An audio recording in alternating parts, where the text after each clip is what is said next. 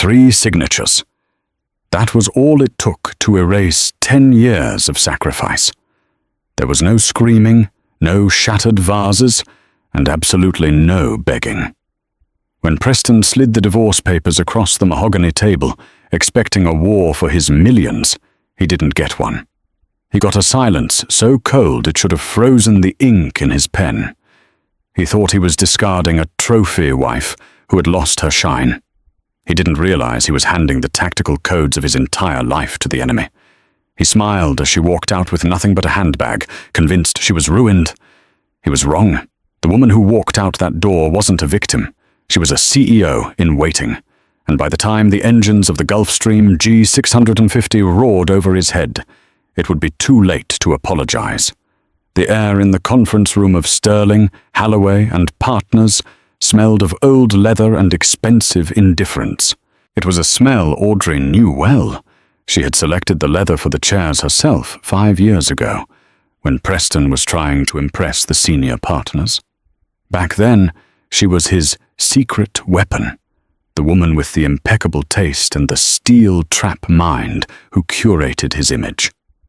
Now, she was just the respondent.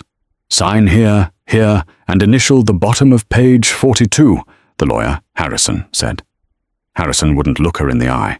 He was a good man, or at least he used to be, before Preston's company, Apex Logistics, became a billion-dollar valuation unicorn, and Preston decided he needed a lawyer who was more shark than human. Audrey picked up the pen. It was a Mont Blanc. She had bought it for Preston for their 3rd anniversary. He had left it here, likely weeks ago, a discarded tool for a discarded marriage. Across the table, Preston Wright sat with his legs crossed, checking his watch. An Audemars Piguet Royal Oak, another gift she had sourced for him after he landed the Kincaid account.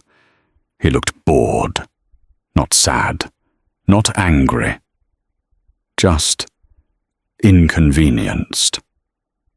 Audrey, let's not make this difficult, Preston sighed, finally looking up from his phone. The prenup is ironclad. You know that. I'm being generous by letting you keep the Audi. But if you try to go after the stock options in Apex, we'll be here for years, and you can't afford Harrison's hourly rate. He chuckled dryly, a sound that used to make her feel safe, but now sounded like sandpaper on glass. Actually, I'm paying Harrison, so you definitely can't afford him. Audrey looked at him, really looked at him. She saw the grey creeping into his temples, grey she used to dye for him on Sunday nights, so he'd look fresh for Monday meetings. She saw the slight tremor in his hand, the result of too much espresso and not enough sleep, a tremor she used to soothe with herbal teas and patience. She saw a stranger. I don't want the stock options, Preston, Audrey said softly. Her voice was steady, lacking the tremble he had evidently prepared himself to ignore. Preston blinked. He exchanged a confused look with Harrison. Excuse me? I said I don't want the stock. I don't want the house in the Hamptons. I don't want the alimony, Audrey continued, her hand moving fluidly across the pages. Scritch, scratch. The sound was deafening in the quiet room. I just want out. Preston narrowed his eyes. He was a negotiator. He treated life like a transaction, and when the other party folded too easily, he assumed it was a trap. You want nothing? After 10 years?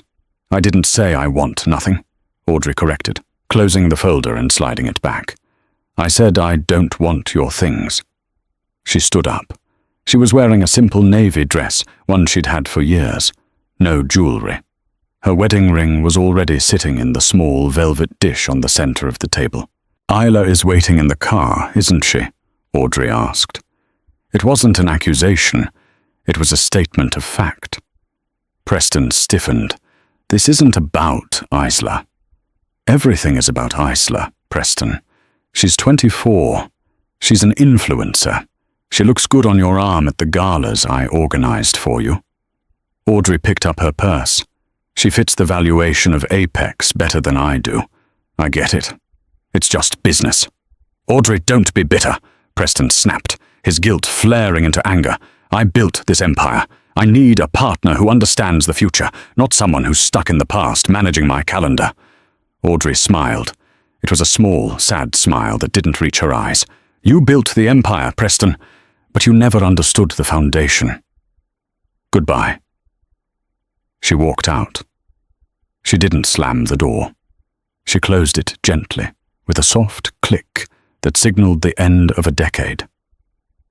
As she walked through the lobby, she saw the sleek black Bentley idling at the curb. The window rolled down, and Isla Munro peered out over the top of her oversized Dior sunglasses. She was undeniably beautiful, glowing with youth and the thrill of victory. "Did you cry?" Isla asked, her voice feigning sympathy but dripping with venom. "Preston said you'd probably cry." Audrey paused on the sidewalk. The New York wind whipped her hair, but she felt warmer than she had in years. "No, Isla," Audrey said, leaning in slightly.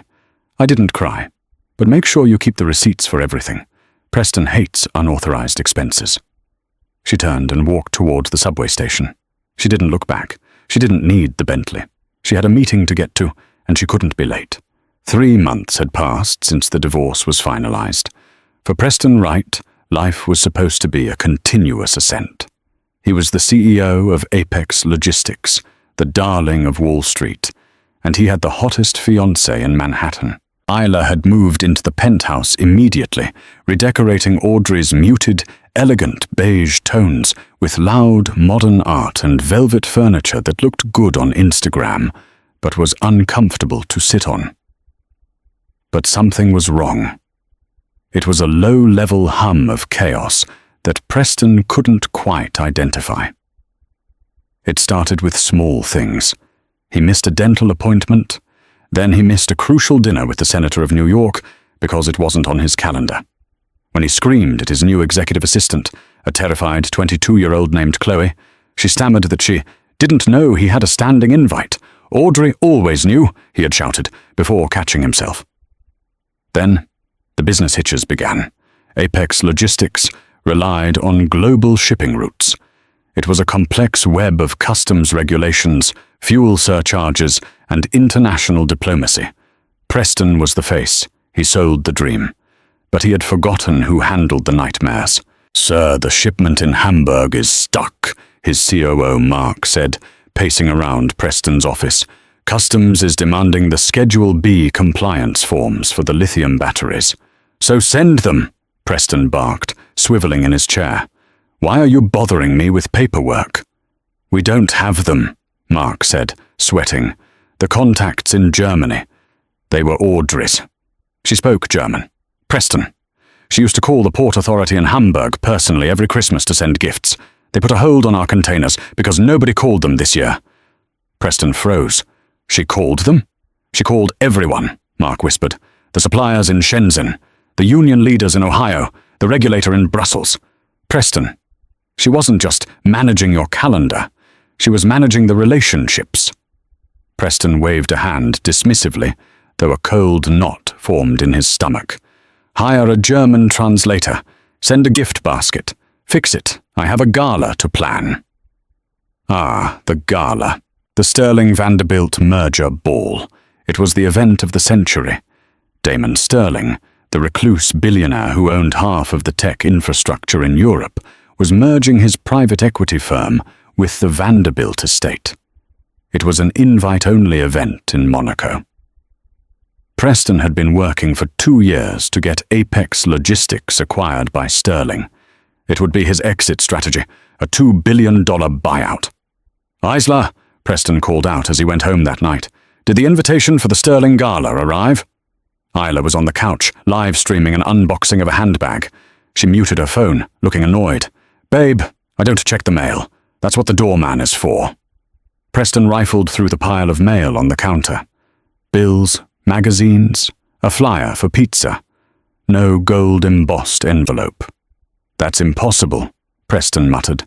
"Damon Sterling knows who I am. We're the leading logistics partner for his North American operations." He called his secretary. "Get me the Sterling Group, now."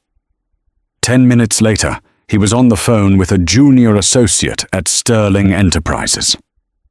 "Mr. Wright," the voice was cool, detached. Mr. Sterling manages the guest list personally. If you didn't receive an invitation, I'm afraid there's no space." "No space?" Preston laughed incredulously. "I'm the CEO of Apex. We move your hardware. I need to speak to Damon." "Mr. Sterling is unavailable. He is currently in negotiations." Preston hung up, his face red. He turned to Isla. "We're going to Monaco anyway." Isla's eyes lit up. "Really? Can we take the jet?" "We'll charter one," Preston said, gritting his teeth. "I'm going to crash that party. Damon Sterling needs to see me. Once he sees the numbers, he won't care about an invitation." He didn't realize that the negotiations Damon Sterling was in were happening in a small, quiet coffee shop in Brooklyn, and the person sitting across from him wasn't a banker. It was Audrey. While Preston was panicking over German customs forms, Audrey was sitting in a booth at Sal's Coffee on 4th Avenue, wearing a hoodie and leggings. Across from her sat a man who looked like he had just stepped off a GQ cover, though he was trying very hard to look inconspicuous in a baseball cap. Damon Sterling, 35, worth $40 billion, and currently stealing a bite of Audrey's bagel. "So," Damon said, chewing thoughtfully, "let me get this straight. You handled the logistics for the Kincaid merger, the Shenzhen expansion, and the crisis management for the oil spill in the Gulf?" "I didn't have the title," Audrey said, sipping her black coffee. "But yes, I wrote the strategy. Preston presented it." Damon shook his head. "I met Preston. The man thinks logistics is just ordering Ubers for his staff. I always wondered how Apex ran so smoothly with him at the helm. It was you." "It was me," Audrey admitted. "But that's over now." "Why did you find me, Damon?" Damon leaned forward, his intense blue eyes locking onto hers. "Because, Audrey, I'm about to merge with the Vanderbilt estate. It's a logistical nightmare. I have assets in 40 countries that need to be integrated within 6 months. My current board suggests I buy Apex Logistics to handle the transition." Audrey laughed. "Don't do it. Apex is a sinking ship. Without the back-end relationships I maintained, their efficiency is going to drop by 40% in the next quarter. You buy them now, you're buying debt and lawsuits." Damon smiled. It was a genuine smile, sharp and dangerous. "I know. That's why I'm not buying Apex. I want to build something new, internal, better." He slid a contract across the scarred wooden table. It wasn't a marriage proposal. It was something far more intimate for a woman like Audrey. Chief Operating Officer, Sterling Global. Audrey looked at the salary. It had more zeros than she had ever seen on a paycheck addressed to her. "I don't want to be a hidden wife anymore, Damon," she whispered. "I don't want a wife," Damon said, his voice dropping an octave. "I want a partner, a wartime general. You signed this, and you aren't hiding behind anyone. You're standing next to me. In fact..." He pulled a second document out. "This is the deed to 10% equity in the new venture. You won't just be an employee, you'll be an owner." Audrey's hands shook slightly as she touched the paper. This was it. This was the validation she had starved for during 10 years of marriage to a man who only loved her utility, not her mind. "There's a catch," Audrey said, looking up. "There's always a catch." "The catch," Damon said, "is that we have to announce it at the gala in Monaco next week. And I know your ex-husband is trying to gate-crash it. He's been blowing up my office lines." Audrey felt a cold thrill run down her spine. "He's coming." "He thinks he's coming to sell me his company," Damon said, a mischievous glint in his eye. "I want him to be there when I introduce my new partner. Are you brave enough for that, Audrey?" Audrey thought about the way Preston had looked at her in the lawyer's office. The pity, the arrogance, the way Isla had sneered from the Bentley. She picked up the pen, a cheap plastic Bic from the coffee shop, not a Mont Blanc, and signed her name with a flourish. "I'll need a dress," she said. Damon grinned, pulling his phone out. "I have the entire Givenchy atelier on speed dial. Let's go shopping." The flight to Nice was the longest 6 hours of Preston Wright's life. He had been forced to charter a Hawker 800, a decent mid-size jet, but a far cry from the Gulfstreams his competitors owned, and certainly not in the same league as Damon Sterling's fleet. The cabin felt cramped, the air recycled and thick with Preston's mounting anxiety. "Did you see the in-flight menu?" Isla complained, tossing a laminated card onto the beige leather seat opposite him. "They don't even have Dom Perignon. It's just Moët." "Ugh, I feel poor." Preston didn't even look up from his laptop. His screen was a sea of red spreadsheets. "Isla, shut up about the champagne. We have bigger problems." "Don't talk to me like that," she snapped, applying another layer of lip gloss while admiring herself in her phone camera. "I'm the one doing you a favor by coming to this boring old man party. You promised we'd go yachting tomorrow." There would be no yachting if he didn't close the deal with Sterling. The situation back in New York was catastrophic. The Hamburg Port Authority hadn't just held their containers. They had initiated a full audit of Apex Logistics' European imports, citing irregularities in compliance paperwork. Mark, his COO, had been screaming on the phone before takeoff. "They're asking for the sustainability protocols from 2021. Preston, nobody knows where they are. Audrey filed them." Audrey. Preston rubbed his temples. For 10 years he had thought his life ran smoothly because he was a genius. He thought the bills paid themselves, the dinner reservations appeared by magic, and international trade regulators were just naturally friendly people. He realized now that he hadn't been living a charmed life. He had been living a curated one. Audrey had been the curator, and he had fired her. "When we land," Preston said, his voice tight, "you need to look expensive, intelligent, and silent. Do not talk to Damon Sterling about TikTok. Do not ask his wife, if he has one, where she bought her shoes. Just stand there and look beautiful. Can you manage that?" Isla glared at him. "You know, Audrey might have been boring, but at least you respected her." The words hit him harder than he expected. He hadn't respected Audrey. That was the whole problem. He had valued her utility, but despised her quietness. Now, the noise of his own incompetence was deafening. As the plane began its descent toward the azure coast of the French Riviera, Preston chugged the last of his lukewarm coffee. He had to crash this gala. He had to corner Damon Sterling. He had to sell Apex before the market realized the company was hollowed out. He was desperate, and desperate men made mistakes. The private terminal at Nice Côte d'Azur Airport was a parking lot for billionaires. As Preston's chartered hawker taxied in, he looked out the window with envy at the lineup: Bombardiers, Dassault Falcons, and massive customized Boeings. They deplaned onto the sun-drenched tarmac. Preston adjusted his tie, sweating already in the Mediterranean heat.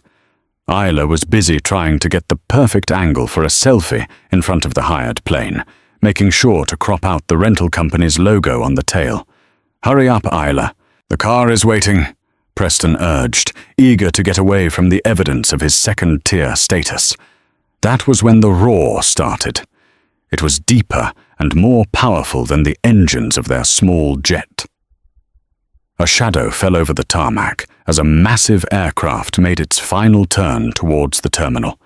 It was a Bombardier Global 8000, the pinnacle of long-range business jets.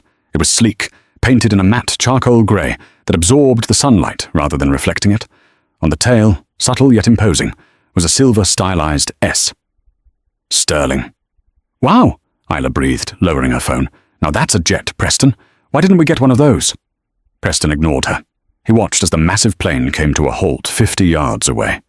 Ground crews swarmed it like ants around a queen. A black Rolls-Royce Phantom pulled up right to the plane's stairs.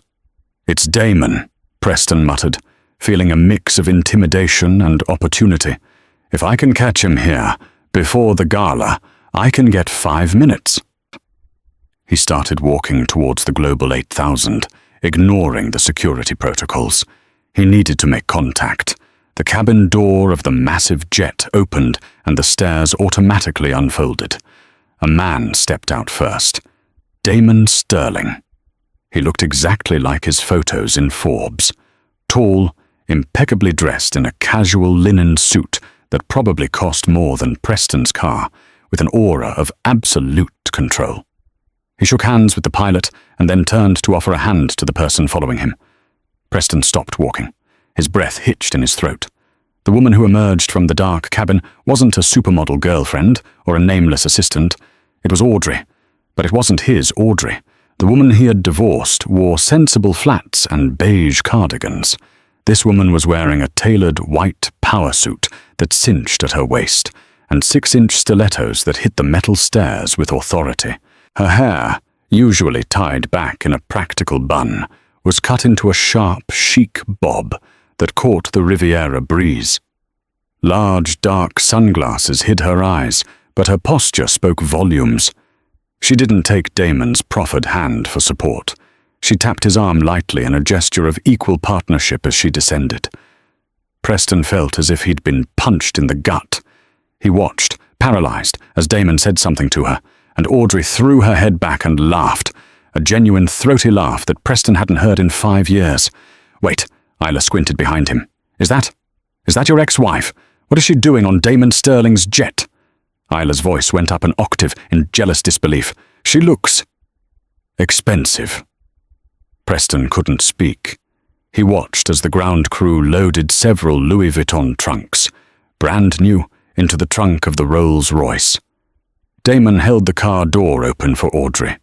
Before she slipped inside, she paused. It felt as though she sensed Preston's gaze across the shimmering heat of the tarmac. She turned her head slightly in his direction. Even behind the sunglasses, he felt the chill of her dismissal. She got in. The door closed with a solid thud that echoed in Preston's empty heart. The Rolls-Royce drove away, leaving Preston standing next to his rented plane and his complaining fiancée. He had come here to save his company, but standing on that tarmac, he realized he had already lost something much more valuable. The Casino de Monte Carlo was glowing gold against the twilight sky. It was a fortress of old money, a place where entry wasn't bought with cash, but with influence. Preston and Isla were stopped at the first security checkpoint. "Name?" the head of security asked, holding a tablet. He didn't look up. "Preston Wright, CEO of Apex Logistics." A pause. A scroll. "I'm sorry, Monsieur Wright. You are not on the guest list." "Oh!" Preston felt the sweat trickle down his back under his tuxedo. Isla was huffing beside him, embarrassed to be stopped at the door while photographers snapped pictures of actual guests walking past them. "There must be a mistake," Preston hissed, leaning in. "I am a key partner of Sterling Enterprises. Call Damon Sterling's personal assistant. Mr. Sterling is already inside and is not to be disturbed." It took 20 minutes, 3 phone calls to low-level contacts he owed favors to, and a humiliation Preston would never forget. But he finally managed to get them provisional entry as the guests of a mid-tier European banker he barely knew. Inside, the ballroom was a sea of diamonds, silk, and power. The air smelled of expensive champagne and even more expensive perfume. Preston abandoned Isla immediately near the caviar bar. "Stay here. Don't move." He scanned the room like a predator, though he felt like prey. He spotted Damon Sterling near the center of the room, holding court under a massive crystal chandelier. Damon was laughing, looking relaxed, the master of his domain. And next to him, radiant in an emerald green Givenchy gown that fit her like a second skin, was Audrey. She wasn't hiding in the corner. She was actively engaged in conversation with the Japanese ambassador and the CEO of Shell Oil. Preston took a deep breath, squared his shoulders, and marched into the circle. "Damon! Damon Sterling!" Preston boomed, forcing a jovial tone that sounded brittle even to his own ears. The conversation stopped. Damon turned slowly, his blue eyes coolly assessing the intrusion. A flicker of recognition passed over his face, followed by amusement. "Preston Wright," Damon said smoothly. "I heard you had some trouble at the door. Glad you managed to slip in." A few people chuckled. Preston felt his face burn. "I needed to speak with you, Damon. Urgently. About the synergies between Apex and Sterling. We're poised for a massive European expansion, and I know you're looking for infrastructure." Damon swirled the scotch in his glass. He didn't look at Preston. He looked at Audrey. "It's funny you should mention European expansion, Preston. I was just discussing that with my associate." Preston finally acknowledged Audrey. He gave her a curt nod, trying to diminish her presence. "Audrey, you look, well, I assume you're here enjoying Damon's hospitality?" He tried to make it sound like she was a kept woman, a vacation fling. Audrey turned to face him fully. Her eyes, no longer hidden by sunglasses, were clear and dangerously calm. "Actually, Preston," Audrey said, her voice smooth and projecting perfectly without being loud, "we weren't discussing hospitality. We were discussing the supply chain bottlenecks in Hamburg. It seems Apex has lost its favored status, with German customs due to a lack of personal upkeep." Preston froze. The blood drained from his face. How do you know about Hamburg?" he stammered. That information was barely 24 hours old. Damon stepped forward, placing a hand lightly on the small of Audrey's back. It wasn't possessive. It was supportive, a united front. "You seem confused, Preston," Damon said, his voice silky but sharp as a razor. "You see, I didn't invite you here tonight to buy your company. I invited you here because we have an announcement to make, and Audrey thought you should hear it in person." Damon raised his glass slightly, signaling to the room. The ambient noise died down. All eyes turned to the center of the room. "Ladies and gentlemen, if I could have your attention," Damon announced. "As you know, Sterling Global is entering a new phase of aggressive international integration. To lead this charge, I needed someone who understands the intricate lattice of global logistics better than anyone else. Someone who builds bridges, not just crosses them." Preston felt sick. He wanted to run, but his feet were rooted to the marble floor. Damon turned and smiled at Audrey, a look of genuine admiration. "Please join me in welcoming the new Chief Operating Officer and Managing Partner of Sterling Global, Miss Audrey Wright." The room erupted in polite, enthusiastic applause. Flashbulbs popped. Preston stood alone in the center of the clapping crowd, a man who had thrown away a diamond because he was too busy looking at colored glass. He looked at Audrey, really looked at her, and realized that the silence he had divorced wasn't emptiness. It had been the sound of the foundation holding his entire life up, and now the foundation belonged to someone else. The applause in the ballroom of the Casino de Monte Carlo did not stop. It rolled over Preston Wright like a physical wave, drowning him. He stood frozen, a statue of humiliation in a tuxedo that suddenly felt 2 sizes too tight. Every clap was a stinging rebuke. Every flash of a camera was a document of his public execution. He watched the room. The sharks, the whales, the titans of industry he had spent his entire career trying to impress, line up to shake Audrey's hand. They weren't looking at her legs or her jewelry. They were looking at her eyes. They were handing her business cards with 2 hands, a sign of supreme respect in the circles Preston desperately wanted to belong to. Damon Sterling stood slightly behind her, not as a protector, but as a scaffold. He looked at Audrey with an expression Preston had never directed at her in 10 years of marriage. Absolute, unadulterated, professional awe. "Preston, move!" Isla hissed in his ear. Her fingernails, painted a sharp crimson, dug into the fabric of his sleeve. "People are staring. You look like you're having a stroke." Preston blinked, the spell breaking. He looked down at Isla. She looked beautiful, undeniably. But her beauty was surface level, a thin veneer over a terrifying vacuum of substance. For the first time, he saw the frantic calculation in her eyes. She wasn't worried about him. She was worried about the optic. "We have to go," Preston muttered, his voice sounding hollow to his own ears. He turned and practically dragged Isla towards the exit. They passed the caviar bar, the ice sculptures, and the heavy velvet ropes. The security guard who had hassled them earlier gave Preston a pitying look as he opened the door. That look hurt more than the rejection. It was the look you gave a dead man walking. The silence in the taxi back to their hotel was heavy enough to crush a lung. They weren't staying at the Hotel de Paris like Damon and Audrey. They were at a boutique hotel 3 blocks away. Expensive, yes, but not sterling expensive. As soon as the door to their suite clicked shut, Isla exploded. "What the hell was that, Preston?" she shrieked, throwing her clutch onto the bed. "Oh, you told me she was a secretary. You told me she was a mouse. That woman in the Givenchy gown, just got announced as the COO of a $50 billion company." Preston loosened his tie, his hands shaking. He went straight to the minibar and cracked open a small bottle of Grey Goose, drinking it warm and straight. "It's a title, Isla," Preston lied, trying to convince himself. "Damon is sleeping with her. That's all it is. He gave her a fancy title to justify bringing his mistress to the gala. The board will eat her alive within a month. She doesn't know the first thing about corporate governance." "She seemed to know about Hamburg," Isla countered, pacing the room. "What did she mean about Hamburg, Preston?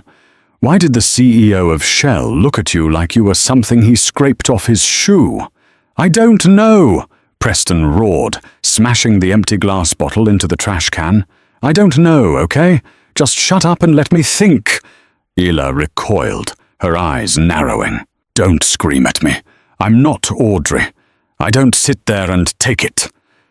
She grabbed her phone and stormed into the bathroom, slamming the door. Preston could hear her muffling her voice, probably calling her mother, or worse, her agent. Preston sat on the edge of the bed, his head in his hands. He closed his eyes, and all he could see was Audrey. Not the glamorous woman from tonight, but the Audrey from 6 months ago. The Audrey sitting at their kitchen table at 2 a.m., surrounded by paperwork, wearing her reading glasses, highlighting clauses in a contract with a yellow marker. "Preston, Clause 14B in the Asian Distribution Agreement is tricky. If we don't renew the personal guarantee with Mr. Tanaka by June, the exclusivity lapses." He remembered waving her off. "I'll handle Tanaka. Just book the flight." He hadn't handled Tanaka. He hadn't even called him. He assumed the contract was auto-renewing. A cold sweat broke out on his forehead. He grabbed his phone. It was 3 a.m. in Monaco, which meant it was 9 p.m. in New York. Mark, his COO at Apex, would still be in the office. There were 23 missed calls. Preston dialed Mark. It rang once. "Preston." Mark's voice was breathless, panicked. "Where the hell have you been? I've been trying to reach you for 6 hours." "I was at the gala," Preston said, rubbing his temples.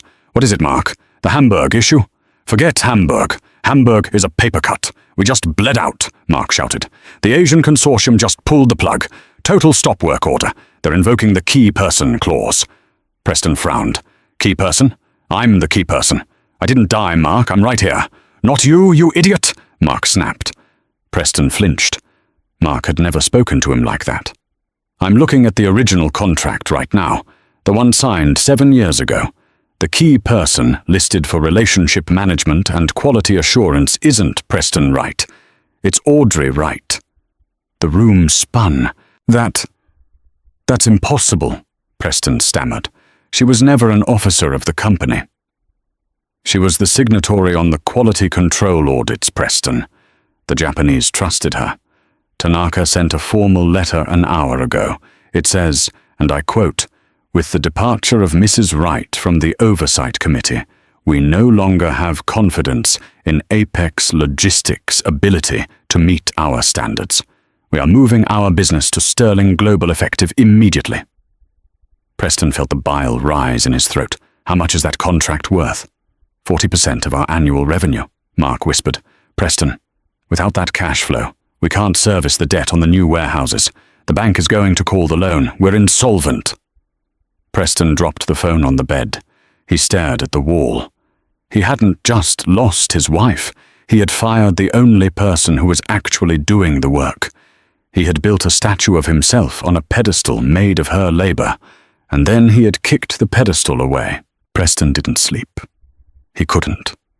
By 7 a.m. he was dressed in a fresh suit, though his eyes were bloodshot and his skin grey. He left Isla sleeping. She had passed out with her phone in her hand, and took a taxi to the Hôtel de Paris. He had to fix this. He was a negotiator. He could fix anything. He just needed to talk to her. He would offer her money, consultancies, anything. He waited in the lobby. The Hôtel de Paris was a palace of marble and gold, a place where problems were usually solved with a platinum credit card. But Preston's credit was about to be worthless. At 8:15 a.m., the elevator chimed. Audrey walked out. She looked fresh, rested, and terrifyingly capable. She was wearing a cream-colored business suit, her hair pulled back in a sleek, professional style. She was typing on a tablet as she walked, flanked by 2 assistants who were frantically taking notes. "Tell the Shenzhen team to reroute the container to Rotterdam," she was saying, "and schedule the video conference with the Minister of Transport for 2 p.m. "Audrey!" Preston lunged forward, breaking through the invisible barrier of her entourage. One of the assistants, a young man with a sharp jaw, stepped in front of him, but Audrey held up a hand. She stopped. She looked at him. It was the look that destroyed him. It wasn't anger. It wasn't hatred. It was the mild annoyance one feels when a fly lands on a freshly cleaned table. "Preston," she said, "I have a meeting with the Italian trade delegation in 20 minutes. We need to talk," Preston pleaded, his voice cracking. "Now, private." Audrey sighed, checking her Cartier watch. She nodded to her assistants. "Give us 2 minutes. Meet me in the car." The assistants scattered. Preston and Audrey stood alone in the center of the gilded lobby. "Make it fast," she said. "You're killing the company," Preston blurted out. "Tanaka pulled the contract. Mark says you're the key person." "You can't do this, Audrey. We built Apex together." Audrey raised an eyebrow. "We? Interesting choice of pronouns, Preston. When you sat in that lawyer's office 3 months ago, you were very clear that you built the empire and I was just managing the calendar. Which is it? Are you a genius or did you need me?" I made a mistake," Preston admitted, the words tasting like ash. "Okay? I underestimated your involvement. I'm admitting it. Are you happy? But you can't destroy the livelihood of 400 employees just to get back at me." "I'm not doing anything to you, Preston," Audrey said calmly. "I didn't tell Tanaka to leave. I simply sent out a press release announcing my new position. The market reacted. Tanaka reacted. That's business." "You knew," Preston accused, pointing a shaking finger at her. "You knew the contract was tied to you?" "Of course I knew," she snapped, her voice dropping to a steely whisper. "I wrote the contract, Preston. I wrote it while you were playing golf in the Hamptons. I wrote it while you were networking at bars until 3 a.m. I secured every major win Apex ever had while you took the bows." She stepped closer, invading his space. "You wanted a trophy wife, Preston. You wanted someone to look pretty and be silent. Well, congratulations. You got exactly what you asked for. I'm silent now. I'm not fixing your problems. I'm not smoothing over your insults. I'm not calling your clients to apologize for your arrogance." "I'll give you shares," Preston begged, desperation clawing at his throat. "I'll give you 20% of Apex. Just make the call. Tell Tanaka to stay." Audrey laughed. It was a dry, hollow sound. "I own 10% of Sterling Global, Preston. That's worth more than the entirety of Apex, even before you ran it into the ground. I don't want your shares. I don't want your money." "Then what do you want?" Preston cried. "What do you want from me?" Audrey looked at him, her eyes softening with something that looked like pity. "I want you to understand," she said softly. "I want you to understand that you didn't divorce a wife. You divorced your luck, and now you're just a man with a dying company and a girlfriend who loves your credit limit, not you." She turned around. "Audrey, wait. Isla, she's going to leave me if I go broke." Audrey paused, looking back over her shoulder. "That sounds like a logistical problem, Preston. I'm sure you'll figure it out. You're the CEO, after all." She walked out the revolving doors and into the bright Monaco sun. stepping into the back of a waiting Daimler limousine. Preston watched her go, realizing that the silence she left behind was far louder than any scream. The flight back to New York was a nightmare.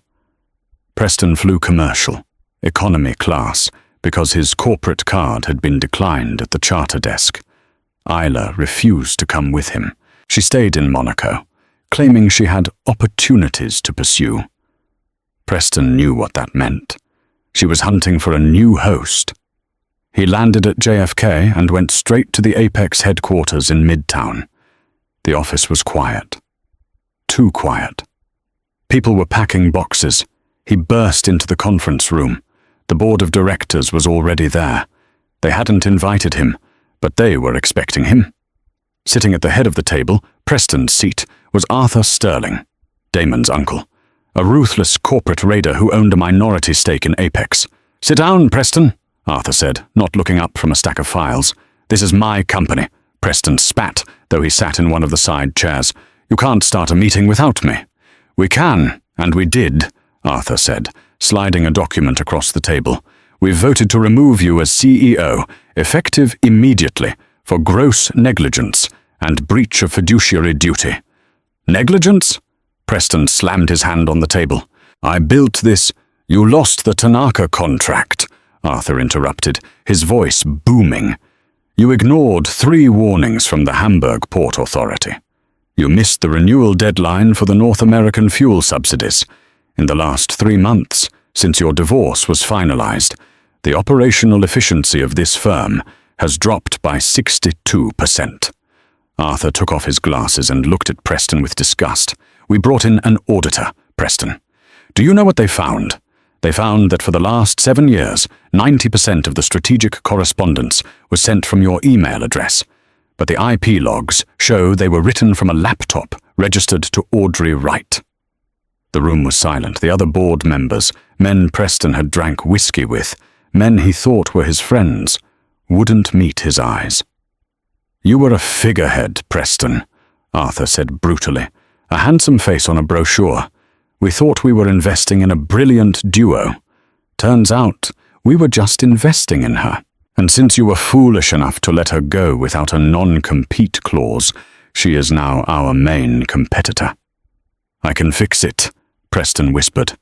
"It's already fixed," Arthur said, closing the file. "Sterling Global has made an offer to acquire the assets of Apex Logistics for pennies on the dollar. We accepted the offer 20 minutes ago." Preston felt the blood drain from his face. "You sold my company? To Damon?" "To Audrey," Arthur corrected. "She led the acquisition team. She was very specific, Preston. She wanted the infrastructure, the warehouses, and the fleet. But she explicitly stated she did not want the management team." Arthur pointed to the door. "Security is waiting to escort you out. You have 10 minutes to clear your desk. Take the stapler if you want. It's about the only thing you have left." It was raining when Preston got back to the penthouse. It was fitting. He swiped his keycard. Red light. Access denied. He had to beg the doorman, a man named Henry, whom Audrey used to bake cookies for, to let him up. Henry looked at him with sad eyes and used the master key. The penthouse was a wreck. Isla had come back while he was at the office. She must have caught an earlier flight using her own emergency funds. Clothes were strewn everywhere. The closet was gutted. The jewelry box was overturned. Preston walked into the bedroom. Isla was trying to zip a massive Louis Vuitton suitcase. She was wearing her coat, sweating, her makeup smeared.